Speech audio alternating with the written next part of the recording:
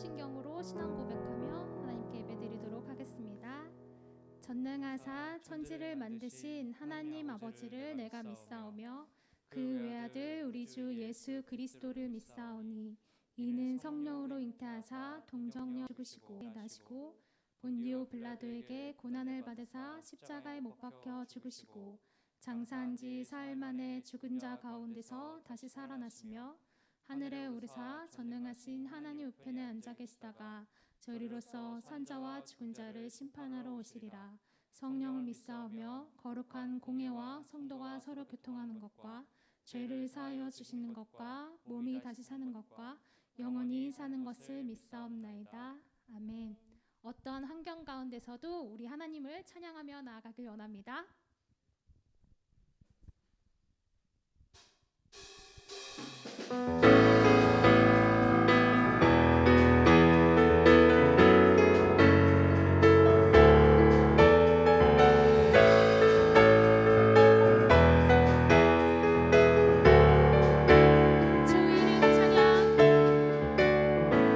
주 이름 찬양 오늘의 강물을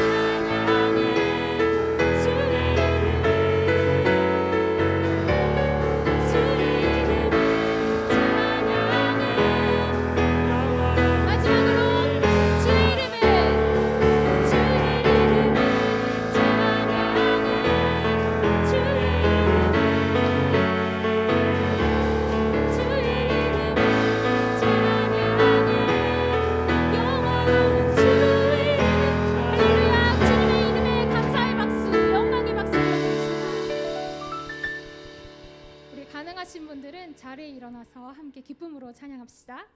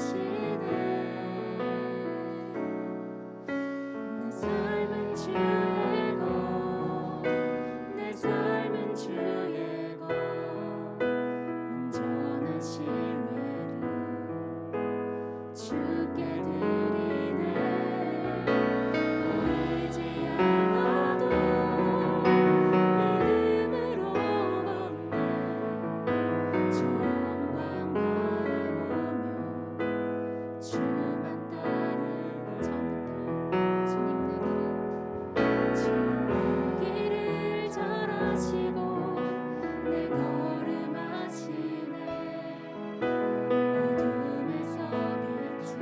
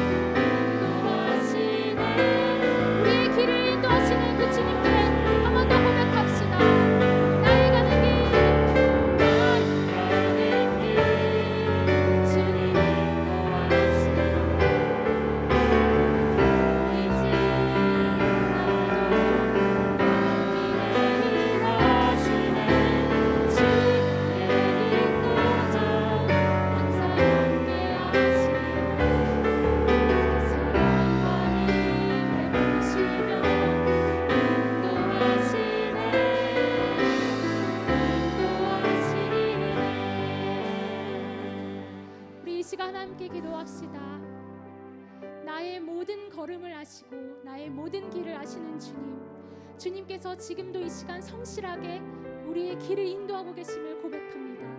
하나님, 때론 지금 우리의 상황이 하나님 어둠과 같이 깜깜하다 할지라도, 하나님 우리가 어느 길로 나아가야 할지 모른다 할지라도, 하나님 지금 우리가 고난 중에 있다 할지라도, 하나님 나의 모든 걸음을 아시는 그 주님을 신뢰하며 우리의 모든 삶이 주님께 있기에, 나의 모든 삶의 주인이 주님이 되시기에 하나님 우리의 삶과 우리의 걸음을 기꺼이 주님께 내어드릴 수 있음을 고백합니다. 하나님 지금 우리가 어떠한 길에 주님 있는지 하나님 우리가 고백하며 아버지 그 걸음 가운데 그 주님을 신뢰하며 성실하신 주님, 선하신 주님, 그 주님만을 신뢰하며 온전히 우리의 삶을 내어드리며 나아갈 수 있게 하여 달라고 우리 이 시간 함께 기도하며 주님께 나아갑시다. 주님, 하나님 이 시간 우리가 고백하겠습니다. 하나님 우리의 모든 걸음을 아시고 주님께서 우리의 길을 인도하시길 고백하였습니다. 하나님 우리의 삶의 주인이 온전히 주님이심을 고백하였습니다. 나의 삶이 온전히 주님께 속하였음을 고백하였습니다. 하나님 우리의 걸음, 우리의 고백을 기뻐하시는 하나님, 주님 우리의 고백을 들으시고 하나님 지금도 여전히 성실하게 인도하시는 그 주님께 우리의 모든 삶을 기꺼이 내어드리며 나아갈 수 있도록 하여 주시옵소서.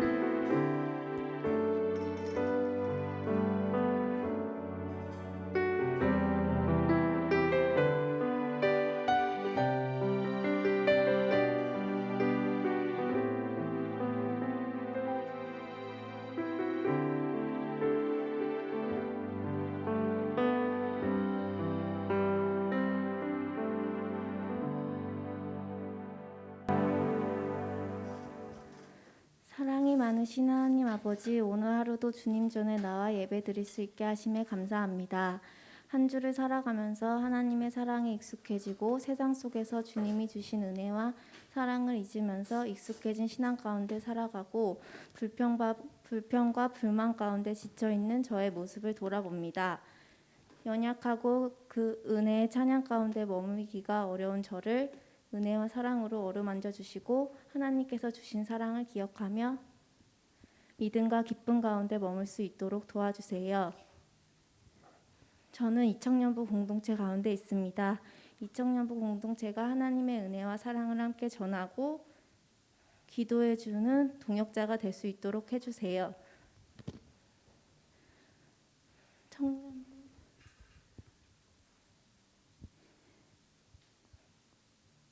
청년부 수련회가 11월 21일부터 22일까지 진행됩니다. 준비하는 리더들 가운데 지치지 않게 도와주시고 저희들의 생각이 아닌 주님이 주신 생각과 마음으로 준비할 수 있도록 도와주세요. 이 시간 예배를 올려드립니다. 예배를 통해 삶 가운데에서도 주님께 삶의 예배를 드릴 수 있는 우리가 되게 해주시고 말씀을 전해주시는 목사님께 은혜와 사랑을 부어주시고 말씀으로 인하여 깨닫는 것이 있는 자리 되게 해주세요. 사랑과 은혜가 풍성하신 예수 그리스도의 이름으로 기도드립니다. 아멘.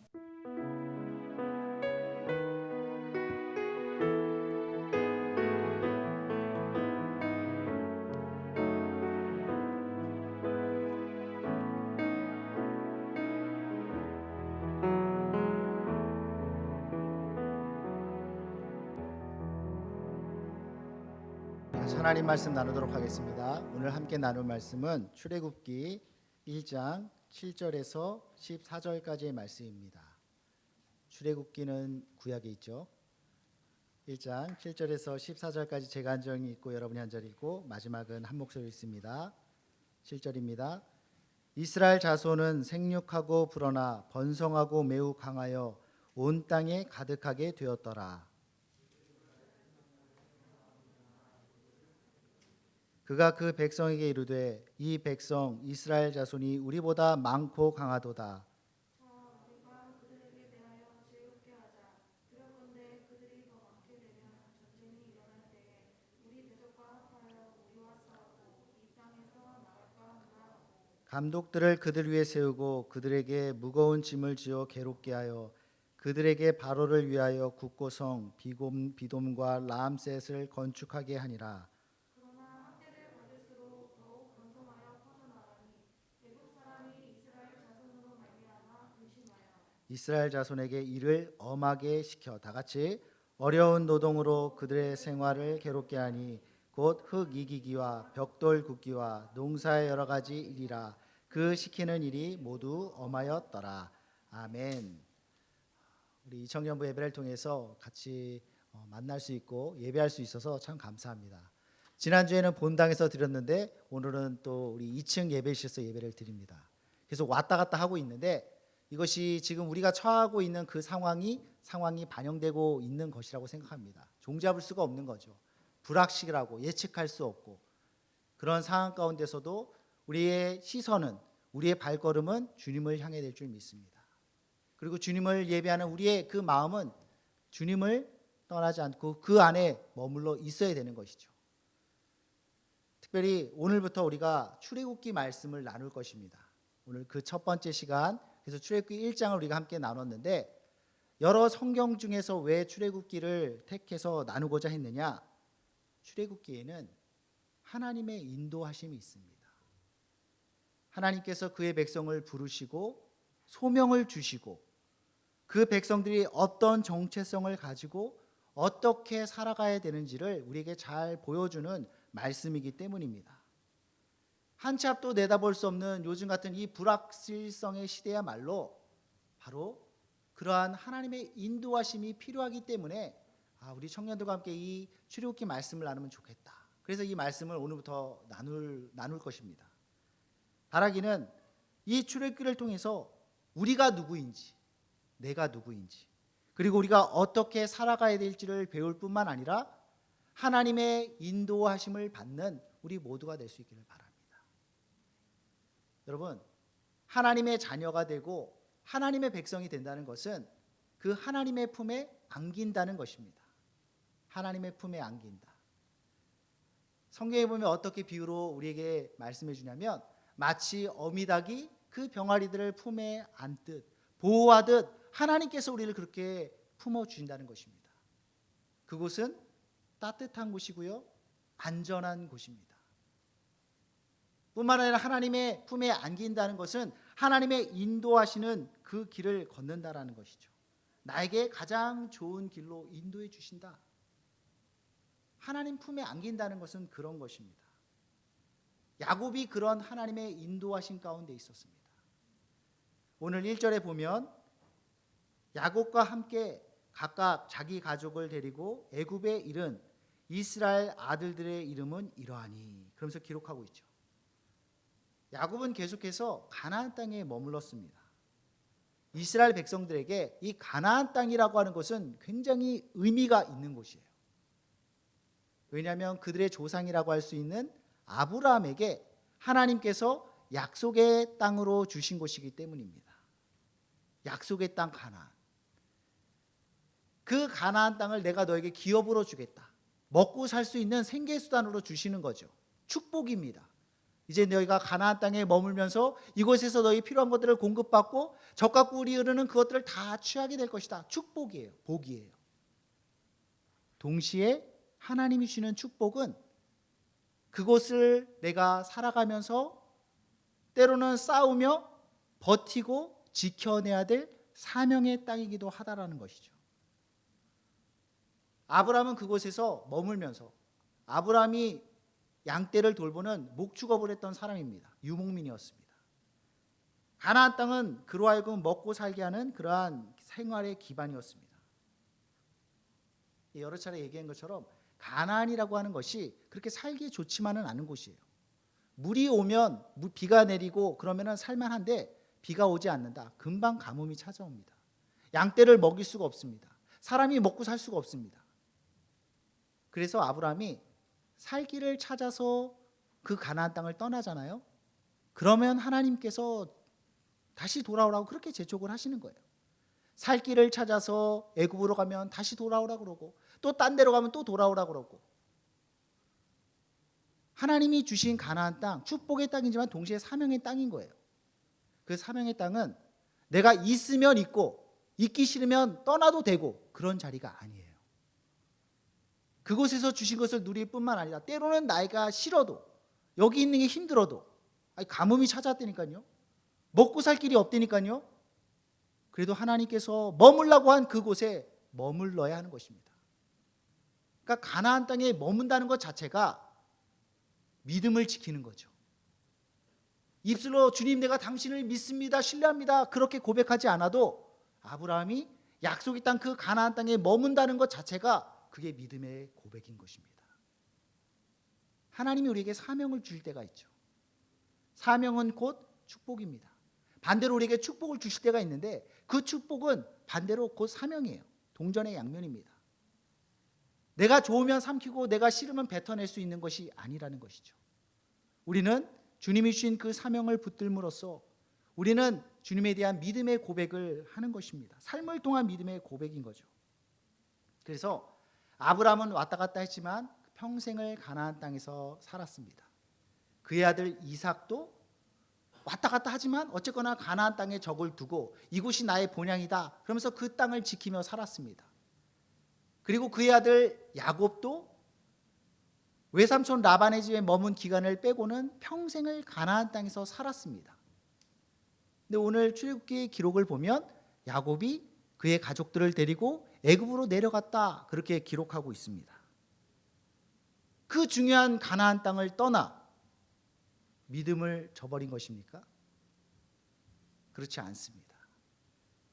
하나님의 인도하심을 따라 그가 나아간 것입니다. 우리 창세기 46장 3절 말씀을 우리 같이 한번 읽어보도록 하겠습니다.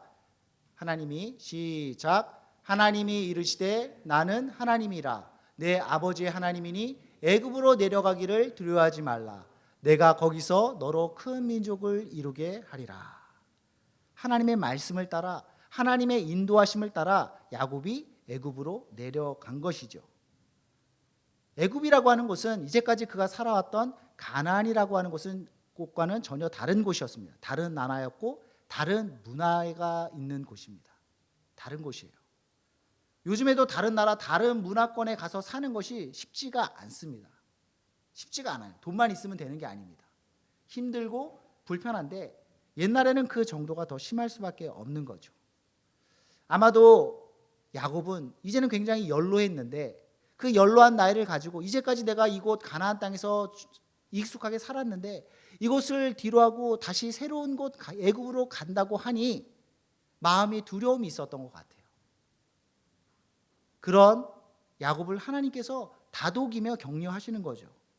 애굽으로 내려가기를 두려워하지 말라. 그렇게 격려하시면서 갈 것을 촉구하시는 것입니다. 근데 참 다행스러운 것은 애굽에는 야곱의 아들 요셉이 있었다라는 것입니다. 5절 하반절에 보면 요셉은 애굽에 있었더라. 기존에 살던 익숙한 곳에서 낯선 곳으로 가려고 하는데 다행히 그곳에 아들이 있어요. 아들이 있어요. 더욱이 그 아들은 이집트의 총리로 있습니다. 국무총리. 바로라고 하는 왕이 있지만 국정을 다스리는 실세는 총리예요. 실권을 가진 그 사람이 내 아들이라고 한다면 그 나아가는 걸음이 얼마나 안심이 되겠습니까? 내려갈 만한 거죠. 하나님의 기가 막히신 일하심입니다. 가나안뿐만 아니라 그 주변 지역에 있는 모든 지역이 가뭄으로 인해서 살 수가 없는데, 살 길이 없어졌는데 마침 그의 아들 요셉을 애굽에 두셨을 뿐만 아니라 그를 총리로 두셔서 나아갈 길을, 살 수 있는 자리를 마련해 주신 것입니다. 고린도전서 10장 13절 하반절에 보면 시험 당할 즈음에 또한 피할 길을 내사 너희로 능히 감당하게 하시느니라. 이것이 하나님이 우리를 인도하시는 방법이죠. 시험을 허락하시지만, 고난을 허락하시지만 그때마다 살 길을 내어 주신다라는 것입니다. 그래서 야곱은 그 가족들을 이끌고 70여 명 되는 그 가족을 이끌고 그 살던 삶의 터전을 애굽으로 옮기게 됩니다. 요셉이 애굽에 있었더라. 이 한마디가 야곱과 그의 가족들의 미래를 밝게 해주는 것 같았습니다. 그랬죠? 적어도 당분간은 그랬습니다. 하지만 시간이 흐릅니다. 그리고 8절에 보니까 요셉을 알지 못하는 새 왕이 일어나 애굽을 다스리더니 기록하고 있죠. 요셉을 알지 못하는 새로운 왕이 일어났는데 그는 이스라엘 백성들에 대하여서, 야곱의 자손들에 대하여서 적대적입니다. 적의를 가지고 있습니다. 그럴 뿐만 아니라 학대하고 그들을 가혹하게 다스리는 거예요. 우리 13절 14절 말씀을 우리 같이 한번 읽어보도록 하겠습니다. 이스라엘 자손에게 시작. 이스라엘 자손에게 이를 엄하게 시켜 어려운 노동으로 그들의 생활을 괴롭게 하니 곧 흙 이기기와 벽돌 굽기와 농소의 여러 가지 일이라. 그 시키는 일이 모두 엄하였더라. 고된 중노동을 시키는 것입니다. 여러분, 고된 중노동을 해보신 적이 있으신가요? 저는 군대에 있으면서 그런 경험을 해본 것 같아요. 군대에서 큰 이제 공사를 하는데 운동장 있잖아요. 연병장이 있는데 비가 오면 물이 배수가 되지 않는 거예요.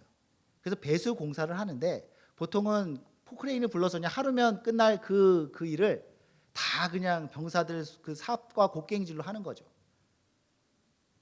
병사들이 삽자루 들고 다 땅 파고 돌멩이들 막 다 그 발굴해가지고 그거 옮겨다 거기다가 넣고 일주일 동안 했어요. 일주일 동안. 아침 먹고 해 뜨고 아침 먹고 나가서 하루 종일 일하고 나중에 일이 안 끝나니까 이 헤드라이트 불 켜놓고 막 그냥 계속 작업하는 거죠.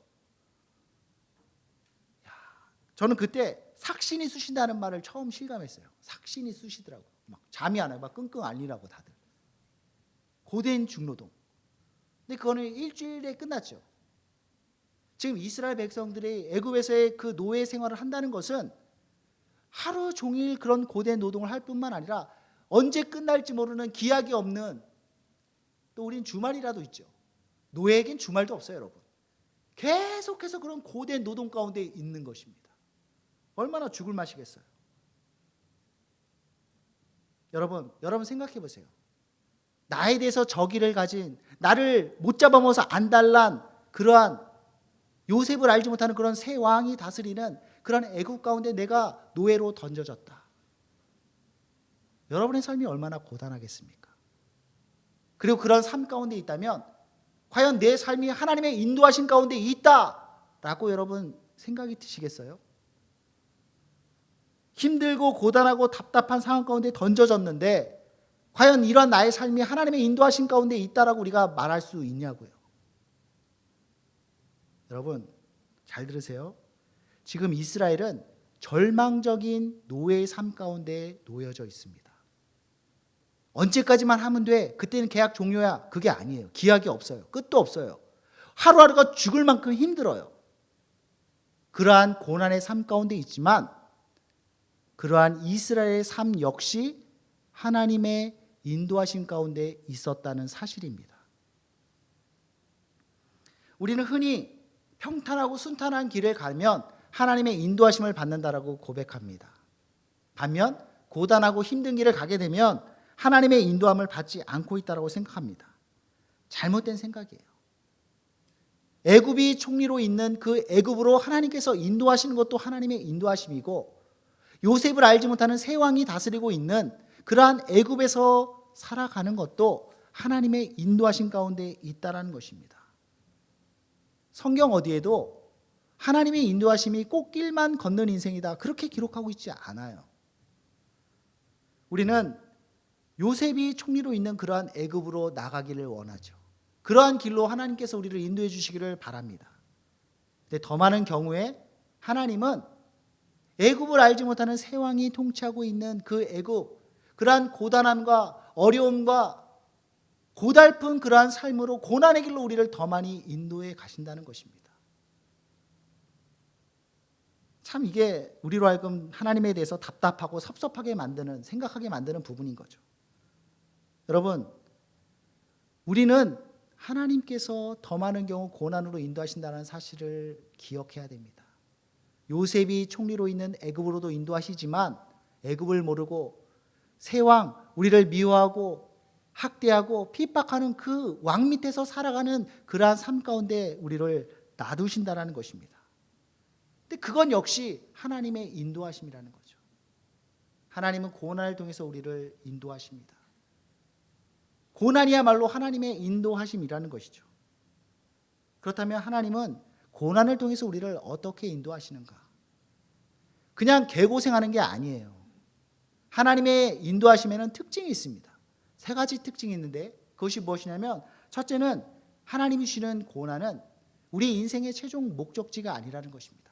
지금 너무 힘들어. 그게 끝이 아니에요. 그냥 과정입니다. 두 번째로 고난 중에도 살 길을 열어주십니다. 그리고 마지막 세 번째로 고난 중에도 하나님의 백성은 흥왕케 되어진다는 것이죠. 한 가지 살펴보면 하나님이 주시는 고난은 최종 목적지가 아닙니다. 여러분, 하나님은 사랑이 많으신 우리의 선한 아버지 되시죠. 이게 참 중요해요. 하나님이 우리의 아버지 되신다. 하나님이 나의 아버지 되신다는 사실이 너무나 중요합니다. 그래서 하나님은 우리를 망하는 길로 인도하지 않습니다. 불행한 길로, 우리가 불행해질 길로 결코 인도하지 않습니다. 다만 필요하다라고 생각하시기 때문에 우리를 고난의 길로 인도하시는 것이죠. 하나님께서 야곱을 애굽으로 인도하신 것은, 그의 가족을 애굽으로 인도하신 것은 그 가운데 가뭄이 있었기 때문이라고 그랬죠. 가뭄 가운데 있었기 때문에 그에게 살 길을, 먹을 양식이 있는 그 애굽 땅으로 인도하신 것입니다. 하지만 하나님께서 야곱을, 그의 가족을 애굽으로 인도하신 이유는, 더 큰 이유가 또 있다라는 것이에요.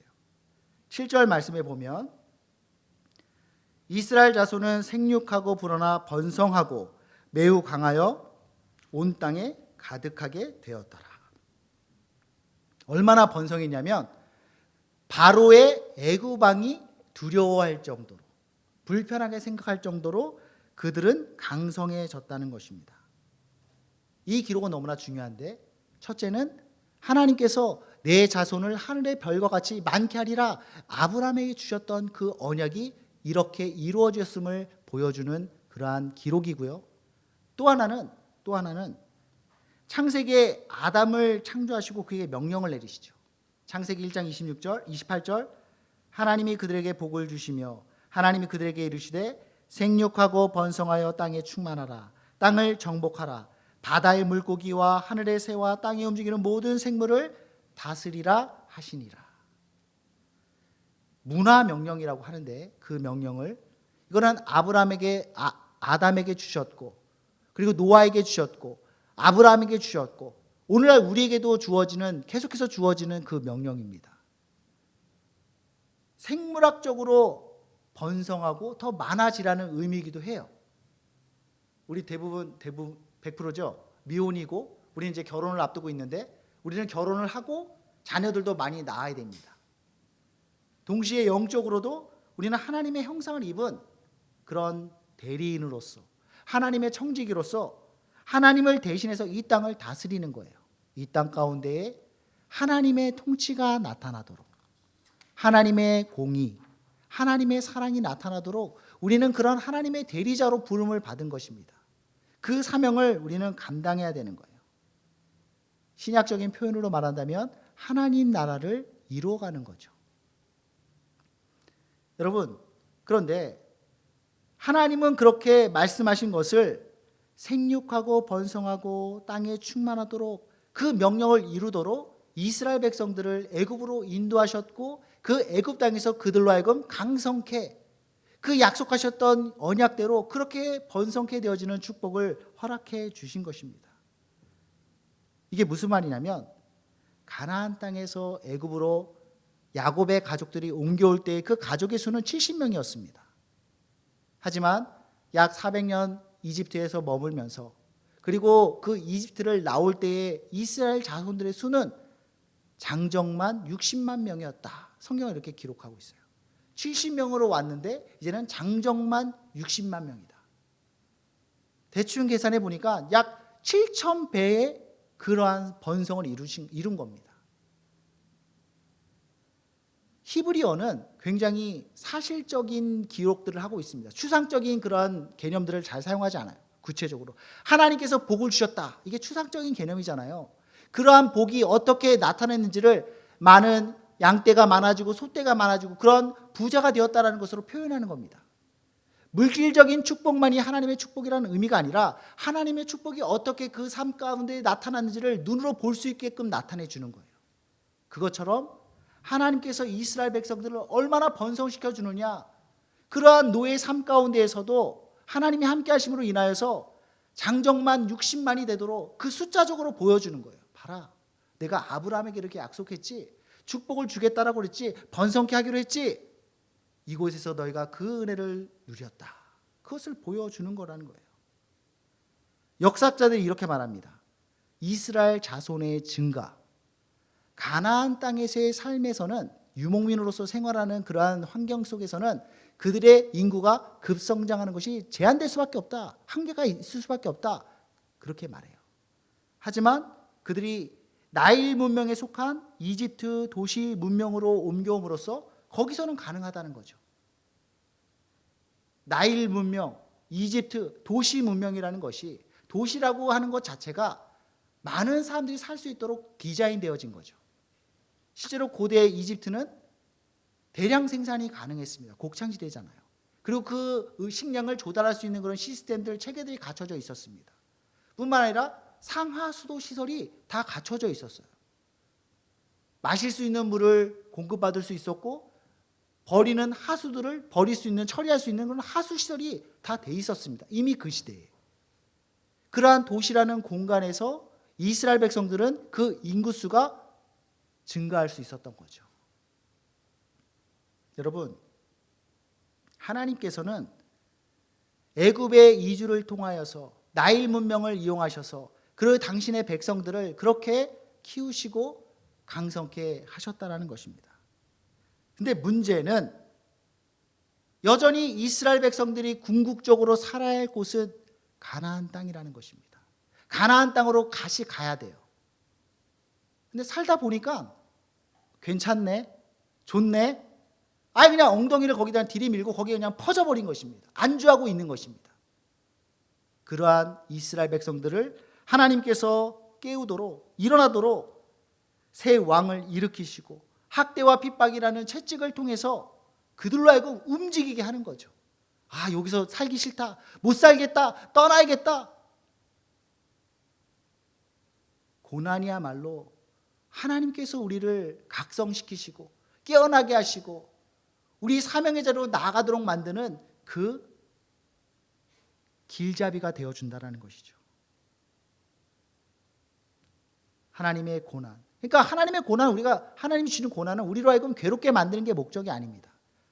그 고난을 통해서 나아가도록 만드는 것이죠. 하나의 과정이다. 두 번째로 하나님이 주시는 고난의 특징은 하늘이 무너지는 것 같은 그러한 고난 속에서도 살 길을, 솟아날 구멍을 주신다는 것입니다. 어느 누구에게도 고난은 결코 달콤하지 않습니다. 하나님이 주시는 고난이라고 해서 다르지가 않아요. 쓰는 건 마찬가지예요. 씁니다. 그리고 하나님께서 우리가 흔히 채찍 때 매를 드신다라고 표현하는데 하나님이 우리를 사랑하시는 아버지 되기 때문에 매를 때리시죠. 근데 때리는 신용만 하는 게 아니에요. 정말 아파요. 이 매 맞다 죽을지도 모르겠다 싶을 정도로 하나님의 매는 아픕니다. 이거 맞고 있으면 죽을 것 같은 거예요. 하늘이 무너지는 것 같은 거예요. 여러분 그런 경험 해보신 적 있으십니까? 분명히 나는 하나님을 믿고 하나님이 나의 아버지 되심을 믿고 하나님이 나를 인도해 주심을 내가 믿는데 내 삶 가운데 하늘이 무너지는 것 같은 그런 천청병력 같은 상황 가운데 놓이게 될 때가 있다라는 겁니다. 그래서 많은 사람들이 절망하죠. 그래서 좌절하죠. 여러분 기억하십시오. 하나님께서 우리를 고난으로 덮으실 때 마치 하늘이 무너지는 것 같지만 그때에도 솟아날 구멍을 허락해 주신다는 것입니다. 오늘 우리가 읽지 않았지만 15절에서 22절까지의 말씀을 보면 이 바로의 새 왕이, 이집트의 새로운 왕이 얼마나 이스라엘 백성들을 미워했는지 이 이스라엘 백성들의 씨를 말려버릴 계획을 세웁니다. 이름하여 남아 말살 정책입니다. 아기들이 태어나잖아요. 그러면 남자아이들은 다 죽이라고 명령을 내립니다. 새로 태어난 남자아이들은 다 죽이라. 아기 출산을 돕는 산파들을 불러다가 그렇게 말하는 거죠. 16절 이르되 너희는 히브리 여인을 위하여 해산을 도울 때에 그 자리를 살펴서 아들이거든 그를 죽이고 딸이거든 살려두라. 바로에게는 조직이 있었습니다. 군대가 있었습니다. 명령권이 있었습니다. 그런 바로가 히브리 남자아이들은 다 죽여 명령을 내린 거예요. 그러면 이제 태어날 아이들은 이제 다 죽은 목숨인 거죠.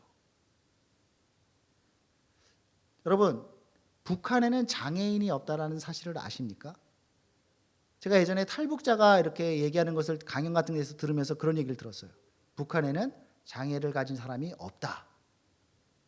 왜냐하면 장애를 가진 아이들이 태어나면 병원에서 다 죽이는 거예요. 부모의 의사와 상관없이 장애가 태어났다? 국가의 명령에 의해서 그냥 그렇게 시스템적으로 다 죽이는 겁니다. 그래서 북한에는 장애가 없대요. 지금 이스라엘 백성들이 직면한 상황이 바로 그것이라는 겁니다. 이제 아이들 다 죽게 생겼어요. 그런데 그런 상황 가운데서도 하나님께서 살 길을 열어주신다는 것입니다. 17절 말씀. 그러나 산파들이 하나님을 두려워하여 애굽 왕의 명령을 어기고 남자 아기들을 살린지라. 발각되면 자기가 불이익을 당할 수 있고 자기가 죽을 수도 있는데 자기 목숨을 걸고 히브리 남자아이들을 살리는 겁니다. 무엇입니까? 이들은 바로 왕보다 하나님을 더 두려워하는 사람들인 거죠.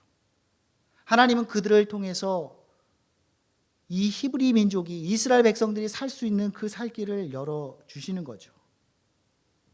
이것뿐만 아니죠. 가뭄으로 인해서 먹고 살 길이 없을 때 그들은 하나님께서 애굽으로 그 길을 인도하사 그들로 하여금 살 수 있도록 해 주셨다라는 것입니다. 남아 말살 정책 가운데서도 하나님을 두려워하는 십부라와 부하라고 하는 이 산파를 통해서 이스라엘 민족이 살기를 열어주셨다는 것입니다. 여러분, 하나님께서는 우리를 때로는 죽을 것 같은 하늘이 무너지는 그러한 상황 가운데로 이끌어가는 것처럼 우리를 치시지만, 때로는 우리를 고난으로 연단케 하지만 언제나 살 길이 있음을 기억하시기 바랍니다. 진짜 고난의 그 벽에 부딪혀 보신 분들은 아시잖아요. 정말 탈출구가 없는 것처럼 여겨지잖아요. 그래서 얼마나 많이 주저앉습니까? 얼마나 많이 포기하게 됩니까? 여러분, 최악의 순간에서도 하나님께서 우리를 붙잡고 있고 하나님께서 살 길을 주시는 그 소망을 우리는 잃어버리지 않아야 될 것입니다. 마지막으로 하나님의 인도하시는 고난은, 하나님이 주시는 고난의 특징은 고난 중에도 당신의 백성을 흥왕케 하신다는 것입니다. 상식적으로 죽을 것 같은 고난 가운데 있으면 삶이 피폐해지고 영혼이 황폐해질 것 같은데, 하나님의 인도하신 가운데 있는 사람들은 고난 가운데에서도 오히려 강성하여지고 번성케 되어진다는 것입니다. 12절 말씀 우리 같이 한번 읽어보도록 하겠습니다. 12절, 그러나 시작. 그러나 학대를 받을수록 더욱 번성하여 퍼져가니 애굽 사람이 이스라엘 자손으로 말미암아 근심하여. 애굽의 왕 바로, 절대 권력자가 마음 먹고 죽이겠다고 그렇게 핍박하고 그렇게 여러 가지 정책들을 펼치는데도 오히려 그들은 번성합니다. 점점 번성하는 거예요. 그래서 그 바로가 오히려 위협을 느낄 정도로, 두려움을 갖게 할 정도로 그 세력이 커져 간다라는 것입니다. 하나님이 그 백성을 얼마나 번성케 하는지 무시할 수가 없는 거예요. 누른다고 눌리지가 않습니다. 여러분, 하나님의 백성은 세상이, 외부의 어떤 것들이 누른다고 눌려지는 존재가 아니에요. 민수기 23장에 보면 재미있는 에피소드가 소개됩니다. 발락이라고 하는 모압 사람이 등장을 해요. 모압 왕자죠. 모압 왕자. 근데 오늘 애굽의 바로처럼 이스라엘 민족을 참 불편하게 생각했던 사람이에요. 불편하게 생각할 뿐만 아니라 어떻게 하면 이 이스라엘 민족을 망하게 할까? 고심하던 끝에 아주 용하다고 소문난 선지자를 찾아갑니다. 발람이라고 하는 선지자를 찾아가서 의뢰를 하는 거죠. 내가 듣기는 당신이 참 용하다고 들었는데 당신의 그 용한 영험함을 가지고 저 이스라엘 민족을 저주해 주시오. 처음엔 거부해요. 난 그럴 수 없다. 근데 막 온갖 돈, 뇌물을 막 갖다 주이는 거죠.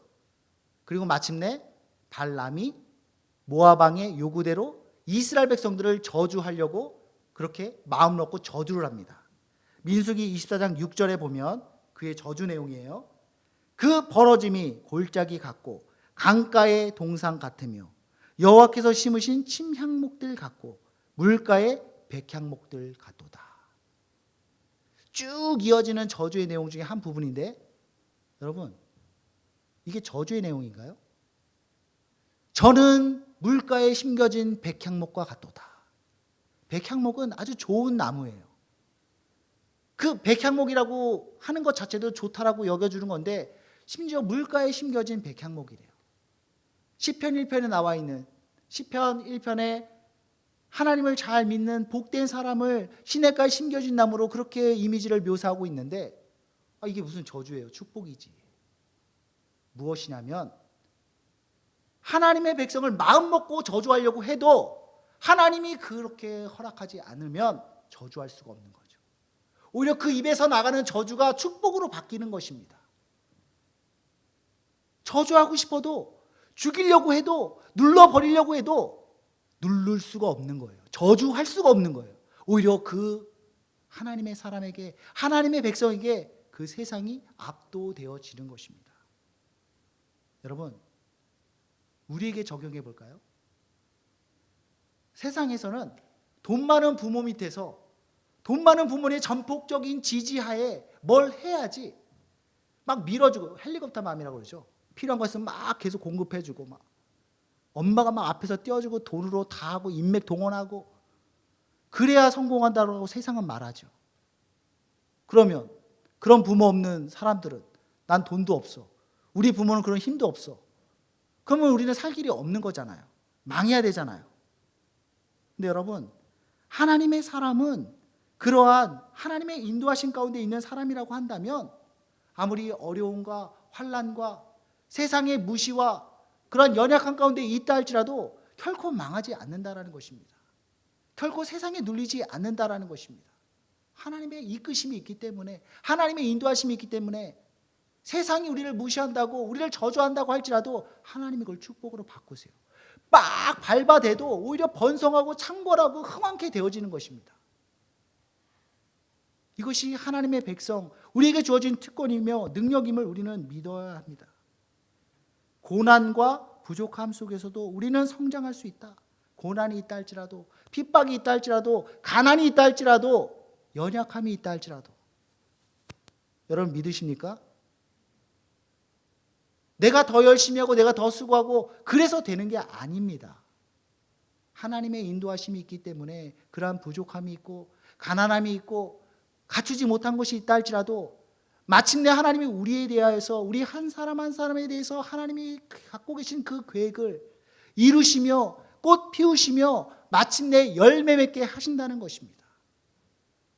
우리는 그 하나님을 신뢰하는 것이죠. 12절 하반절, 애굽 사람들이 이스라엘 자손으로 말미암아 근심했다. 우리가 주의 손에 붙들린 바 되면 세상이 어떻게 못하는 거예요. 최고의 권력자 바로라고 할지라도 오히려 그 이스라엘 백성으로 인하여서 두려움과 걱정하게 되는 것이죠. 이스라엘 백성들은, 하나님의 백성들은 오히려 애굽을, 바로를, 세상을 두렵게 만드는 존재가 되었다는 것입니다.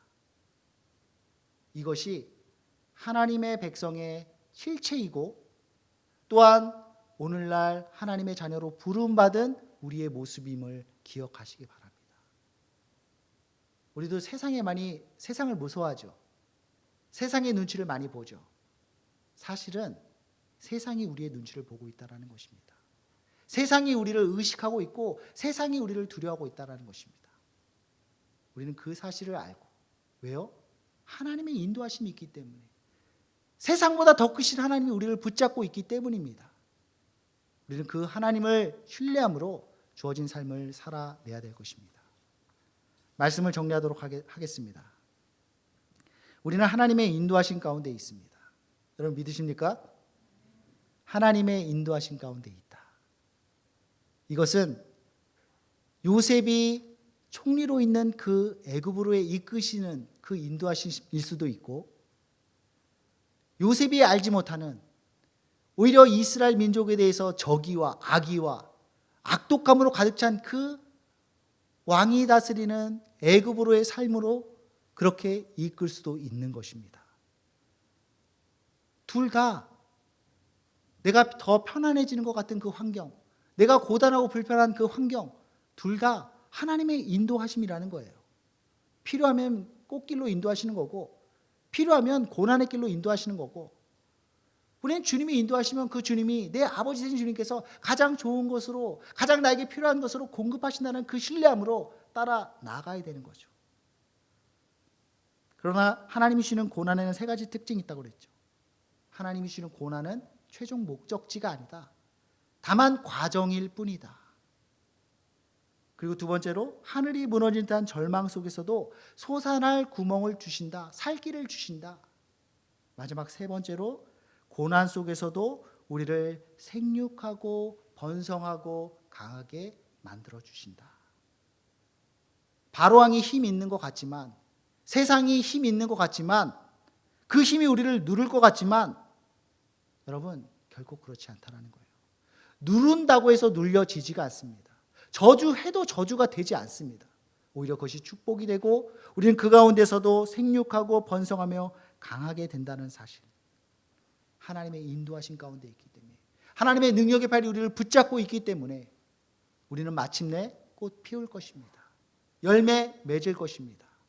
그 하나님을 신뢰하며 주어진 오늘의 삶을 당당하게 거룩함으로 걸어갈 수 있는 우리 모두가 될 수 있기를 주님의 이름으로 축원드립니다. 기도합니다. 하나님이 우리를 인도하여 주신 줄 믿습니다. 때로는 형통함으로 마치 요셉이 총리로 있었던 그 애굽으로 인도함 같이 우리를 이끌어 주십니다. 그러나 또 어떨 때는 요셉이 알지 못하는 새로운 왕이 다스리는 고난과 어려움과 힘겨움이 있는 그 애굽 가운데로 우리를 인도하기도 합니다. 그러한 하나님의 인도하심, 선하게 이끄심을 우리는 믿습니다. 흔들리지 않게 하여 주시고 고난으로 이끄시는 그 하나님의 인도하심을 따라 오히려 그 가운데서 하나님의 뜻을 발견할 뿐만 아니라 번성하고 강성하여지며 성장하는 은혜를 누릴 수 있도록 도와주시옵소서. 감사드리며 예수님의 이름으로 기도드립니다. 아멘. 이제 우리 같이 믿음으로 이 찬양 고백했으면 좋겠습니다. 내게 허락하신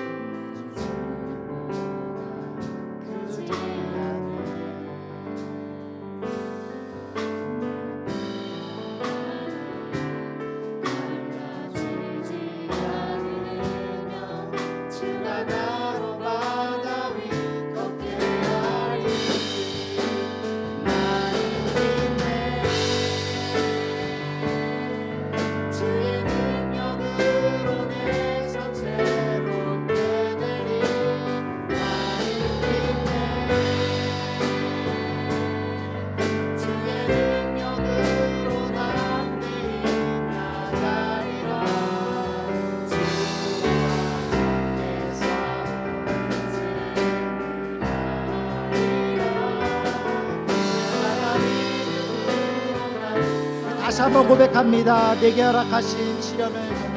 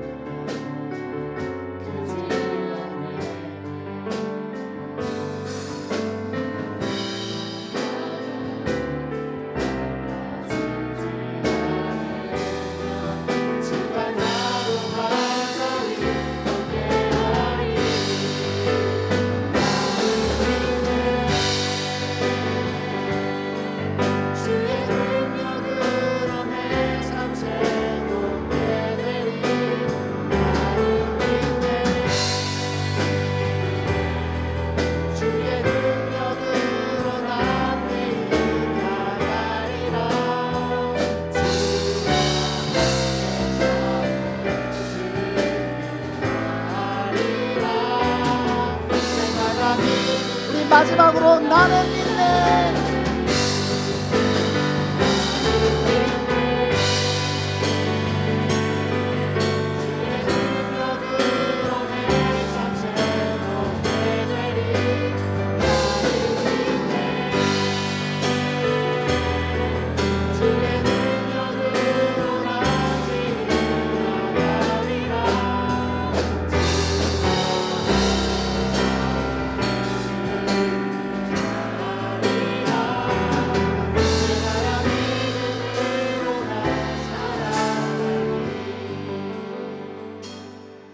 우리 함께 기도했으면 좋겠습니다. 예수님을 믿고 주의 자녀된 주의 백성된 자들에게는 주님이 함께 하시며 결코 떠나지 않고 우리를 인도해 주신 줄 믿습니다. 때로는 형통한 가운데 인도해 주기도 하지만 더 많은 경우 하나님 우리를 고난 가운데 이끌어 가십니다. 혹시 그러한 고난 가운데 있는 분 계십니까? 하나님이 이끄시는 고난은 최종 목적지가 아닙니다. 지나가는 과정일 뿐입니다. 또 하늘이 무너지는 것 같은 그러한 고난 속에서도 솟아날 구멍을 주십니다. 그리고 정말 놀라운 것은 죽을 것 같은 그 고난인데 오히려 그 가운데서 우리를 번성케 하고 강성케 하며 성장케 한다는 것입니다. 우리가 고난 속에서도 붙들어야 될 것은 신실한 주님을 신뢰하는 마음입니다. 그리고 주어진 그 삶의 자리 가운데 전진하는 것입니다. 하나님, 고난을 통해서도 나를 인도해 주신 줄 믿습니다. 나를 축복하시며 나를 복되게 하신 줄 믿습니다. 나를 꽃 피우고 나로 열매 맺게 하시는 분인 줄 믿습니다. 그 주님을 신뢰하며 나아가기 원합니다. 자, 우리 그러한 고백의 기도 우리 함께 기도하도록 하겠습니다. 기도합니다.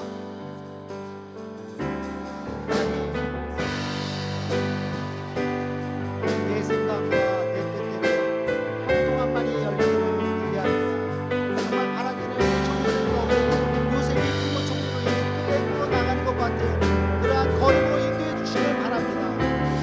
성령 주님께서 우리를 고단과 방향을 인도한다면 요셉을 알지 못하는 세왕이 다스릴 그 애국 가운데 우리를 놔두시다 할지라도 그것이 우리를 버린 것이 아니고 인도하지 않는 것이 아니고 고난을 인도하는 것임을 기억할 수 있게 하여 주옵소서. 하나님 주신 고난은 그것이 최종 목적지가 아닙니다. 오히려 지나게 하는 과정입니다. 또한 고난에게 소원한 행복을 주십니다.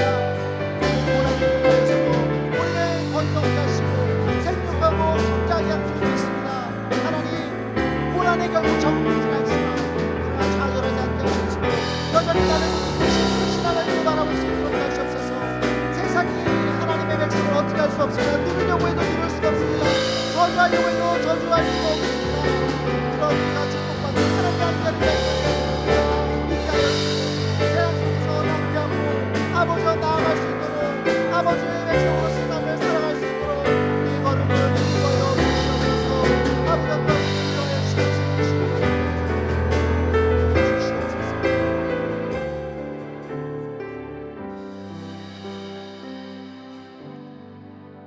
하나님, 주님을 사랑하는 우리 이 청년들이 모여서 하나님을 예배하며 하나님의 말씀을 나누었습니다.